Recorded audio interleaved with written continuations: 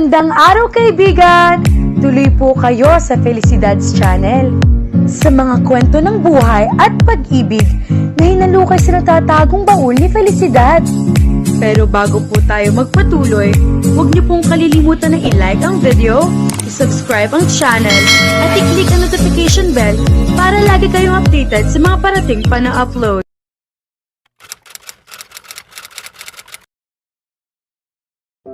Makalipas ang mahigit 4 na taon, pinagmasdan ni Alanes ang nakahigang ina.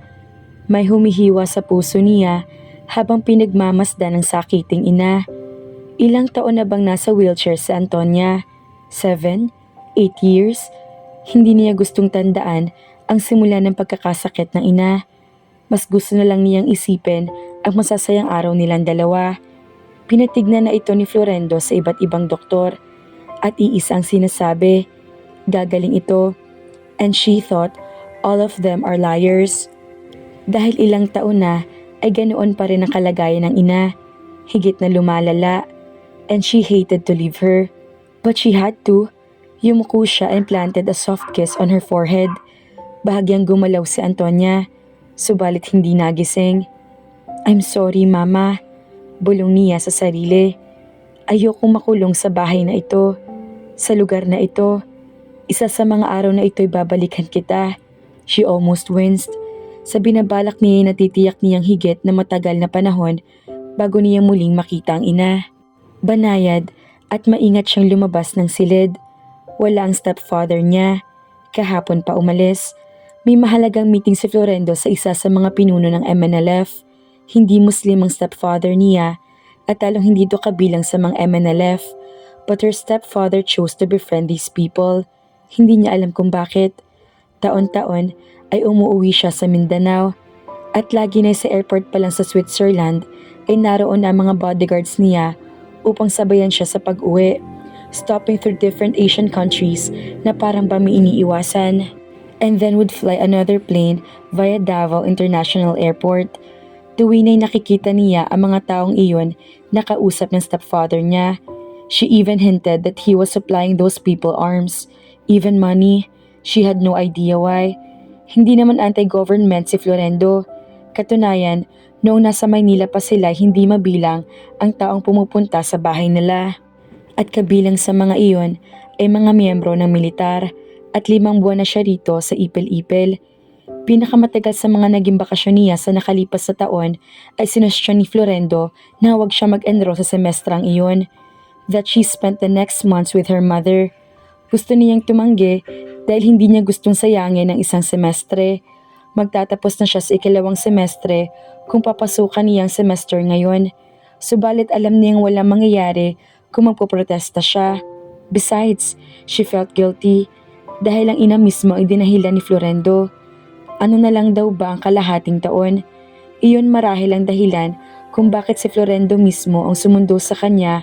At bago sila umuwi, he offered to take her anywhere she wanted to celebrate with some of her friends. Gusto man niya makapiling na matagal ang inay, mahina naman ito, at hindi nakapamamasyal. Naiinip na siya. Hindi siya maaring lumabas ng walang bantay. At wala siyang ibang nakikita, kundi ang mga tauhan ng ama at ang mga Muslim ng mga kaibigan nito. Mga kaaway ng pamahalaan kung tutuusin. At sa tuwing naroroon ng mga ito'y mahigpit ang bilin ni Florendo na huwag siyang lalabas ng silid, na kahit marahil hindi ito pagbilin ay hindi niya na naising makita ang mga bisita nito. She hated all of them and scared of them too. Kailangan magkaroon siya ng lakas na loob na kausapin si Florendo na babalik na siya sa Switzerland. Hindi balang hindi siya makapag-enroll sa taong ito. Maybe she could find a temporary job while waiting for the next semester. Matagal lang masyado ang bakasyon niya at hindi niya gustong may mga taong lagi na nasa likod niya. Kung may mga kaaway sa Florendo, ay problema na nito iyon. Siya'y wala. Subalit hindi sinasadya narinig niyang sinabi ni Florendo kay Antonia na hindi na muna siya pababalikin ng Switzerland. That she had to stay in Ipil-Ipil for some time, maybe a year, and that scared her. Kailangan niya makaalis bago pa siya masiraan ng pag-iisip. That was why she planned her escape. At ngayon ngang wala si Florendo ay pagkakataon na niya makatakas. Noong isang araw na namasyal siya sa paligid ay hindi sinasadyang mapalayo siya. Isang mangangahoy ang namataan niya. Na makita siya nagmamadali nitong dinampot ang mga kahoy at akmang lalayo. Sandali lang po tatang, tawag niya. Huminto ang matanda at lumingon. Taga malaking bahay ka ba ineng? Tanong nito sa local dialect. Agad niyang naisip na ang tinutukoy nito ay ang bahay ni Florendo. Isang matamis na ngiti ang ibinigay niya upang makuha ang loob ng matanda. Oho, pero wag muna kayong umalis. Gusto ko makipagkwentuhan sa inyo. Naku ining, hindi maaari. Nagpapanik na umiiling ang matandang lalaki. Mahigpit na pinagbabawal ang makarating sa lupang ito na pag-aari ni Don Florendo. Sa pangangahoy ay nawala sa loob kong nakarating ako rito. May nabaril ng isang mangangahoy at hindi sinasadyang naligaw din dito. Gusto niya manlumo sa narinig pero hindi iyon makapagpuwang sa isip niya. Mas mahalaga ang kailangan niya sa matandang lalaki. Hindi na nagpaligoy-ligoy si Alanes. Tatang, gusto kong humingi ng tulong sa inyo. Tulungan ninyo ako makaalis sa lugar. Babayaran ko kayo kahit magkano at... Mabilis na umiling ang matanda at akma uli na ito. Aalis subalit nahawakan ni Alanes ang braso nito. Naibagsak na matanda ang mga kahoy na sunog. Parang awan niyo na tatang. Kailangan makaalis ako sa lugar na ito. Nagsabi siya ng malaking halaga na bahagyang ikinasinghap ng matanda. Kahit 1 taon nitong mangahoy at magbukid ay hindi nito kikitain ang halagang iyon. Saan tayo dadaan na hindi tayo mahahabol ni Don Florendo ining?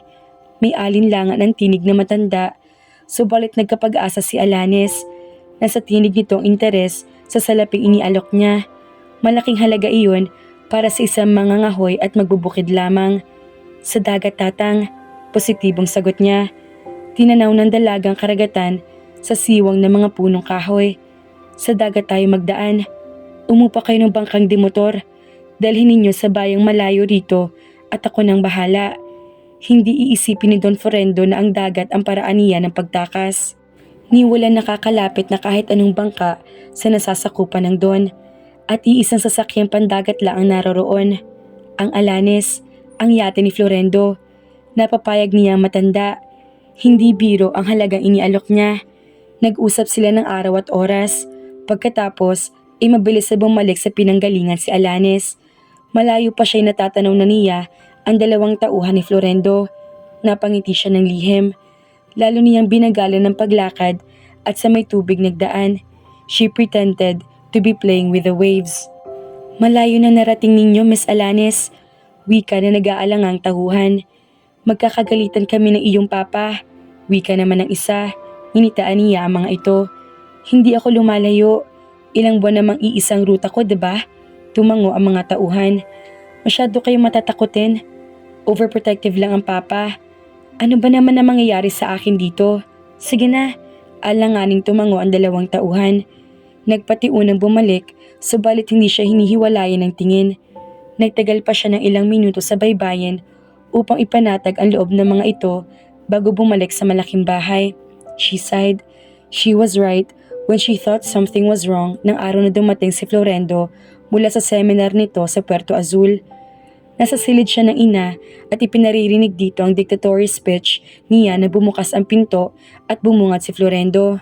Nakangiti, tila masayang masaya. Nakatawang nilapitan nito si Antonia. Inikot ang wheelchair at hinagkan sa pisngi. Pagkaway nilapitan si Alanes at yumuko at masuyong humalik sa pisngi niya. How are you, my dear? Masuyong tanong nito sa kanya. She shrugged. Okay lang, Papa. Pinapraktas ko sa harap ng mama ang valedictory speech ko. Kung iminahasyon naman ni Elena o hindi ay nakita niya iglap na nawala ang kislap sa mga mata ni Florendo. Pagkaway nakatawang tinakbayan siya. Alright ladies, get dressed and let us celebrate. Sa labas tayo kakain. Ano ang okasyon, Florendo? Nakangiting tanong ni Antonia. Nakikigalak sa kasiyahang nakikita sa asawa. Kailangan bang may okasyon upang iselebra ko ang aking mag-ina? Come on, honey. Sinulya pa nito si Alanes at masuyong nginitian. Sweetheart, hurry up. Magbihis na kayo ng mama mo. She couldn't even smile. Wala siyang balak sumama. Subalit hindi niya gustong masira ang kasiyahang nakikita sa ina. Wala siyang natatanda ang niyayang lumabas ni Florendo si Antonia. Magmula ng matali ang ina sa wheelchair. While Florendo occasionally dined with her kapag sinusundo siya nito sa eskwela, mabigat ang katawang tumayo mula sa upuan niya si Alanis. Florendo gave her behind a gentle slap, kasabay ang pagsasabing magmadali silang magbihis na mag-ina. Hindi masabi ni Alanis, subalit nararamdaman niya may kakaibang nangyayari. No, you can't. Maaring tanggi ng dalagita sa sinasabi ni Florendo kanla sa kanya ng umagang iyon sa harap ng almusal. Last night, Florendo took them to the finest dining restaurant in Makati. Pagkatapos, inanood sila ng concert ng isang kilalang foreign singer sa FAT. She wanted to enjoy the evening, but she couldn't, but pretended she did because of her mother. Now, her instinct proved her right. I have arranged everything, Alanis, ani Florendo sa hindi mababaling tinig. Nakahanda na ang passport mo. Sa isang pribado at eksklusibong kolehiyo sa Switzerland ka mag-aaral. Kami ng mama mo'y tutungo sa Mindanao. Naipagbili ko ng bahay na ito. But why? Protesta niya. Why is this so sudden? Paanong graduation ko? Ang valedictory speech ko? She wailed. Those are just ceremonies, sweetheart.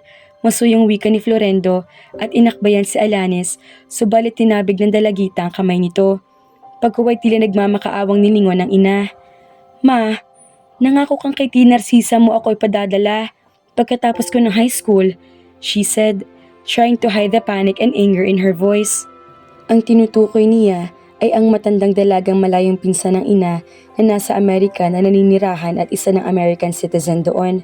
Florendo, tumingala sa asawa si Antonia. Makikiusap ang tinig upang pagbigyan ng anak. Honey, he said sweetly, too sweetly. Para din sa inyo mag-ina kaya ako ginagawa ito. Narcissa's too old to be bothered by a teenager. I've been planning this all along. Alanis is going to the best school and best dormitory. At ang sabi ng mga doktor ay kailangan mo ng bagong environment. Kailangan mo ng sariwang hangin sa tabing dagat. Pagkaway hinawakan nito sa dalawang kamay ang asawa at hinagkan iyon. You can't even begin to know how I was worried about you. Kung paano magagawa ng salapi kung tumayo ka din sa wheelchair at mamasyal na kasama ko. Itinayo nito ang asawa at buong pananabik na niyakap at hinagkan. Antonia was overwhelmed. Tumulo ang mga luha sa mga mata. Thank you, honey. Iyon din ang gusto ko. Subalit hindi ba ito makakapaghintay na tanggapin ni Alanis sa medalya niya? Nalulumong hinagod ng tingin ni Florendo ang muka ng asawa. The visa came out earlier than I expected, honey. At alam mo naman ng embassy, nilingon nito si Alanis na sinisikap na huwag sumigaw at tumili. I am so proud of you, my darling. At nasa isip kong ako magsasabit na medalya sa iyo. At ikinalulungkot kong hindi natin mahihintay iyon, iha. Medal couldn't be as important as your mother's health, could it? May katwiran ng papa mo, iha. Ani Antonia kay Alanis na agad nagyuko ng ulo upang huwag makita ng ina ang galit sa mga mata niya. You could still graduate and receive your diploma later. Don't worry, darling. Ani Florendo sa kanya. May sasalubong sa iyo sa airport at dadalhin ka sa isang exclusive dormitory.